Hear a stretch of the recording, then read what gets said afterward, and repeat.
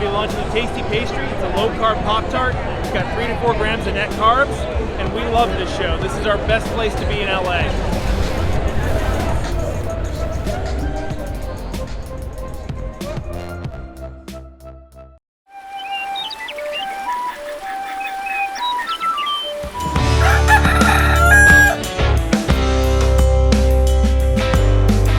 Welcome back to Legendary Foods Muscle in the Morning. I'm Dave Palumbo, and today is Thursday, June 23rd, 2022. And let's find out what's going on in the world of bodybuilding and fitness. I was listening to a podcast this morning, and I heard the host say that one of the biggest keys to being productive is to start with having a vision of what you want to achieve. Because once your vision is set, it helps everything else fall into place.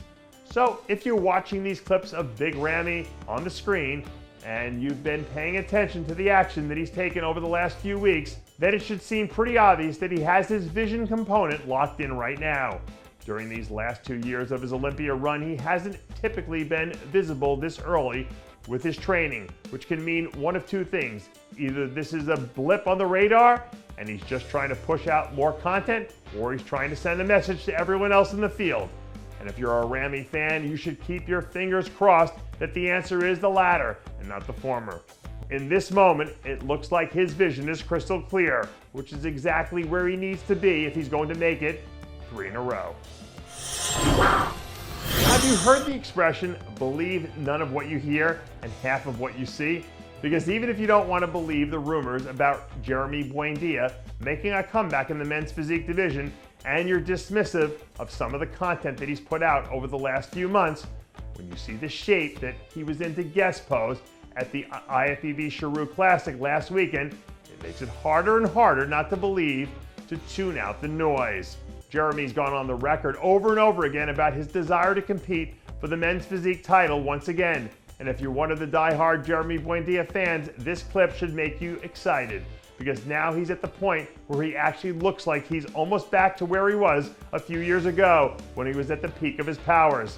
So even if you only halfway believe what you see, at this point, it isn't that much of a stretch to think that there is a real possibility that we're going to see Ramy back on stage competing for another Olympia title sometime in the near future.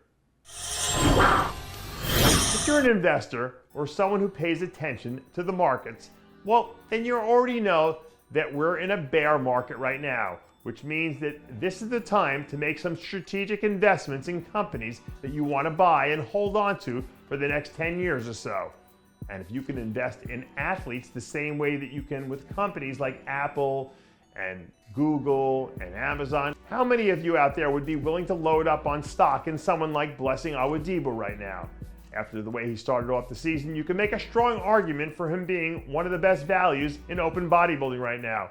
And the fact that he's only entering into the second season means that his stock should only continue to go up. Plus, when you take into account the fact that we should, start to see some of the old Olympia mainstays starting to cycle out over the next 5 years or so, it means that someone is going to have to fill those spots.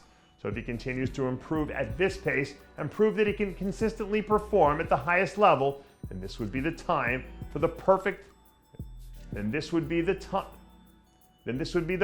time for you to get in now before the price starts to shoot through the roof.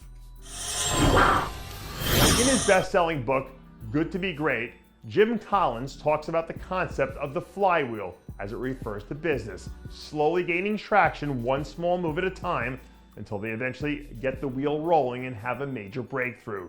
And even though the analogy isn't perfect, you can almost see the same sort of thing happening with Petar Klancir in his placings this year.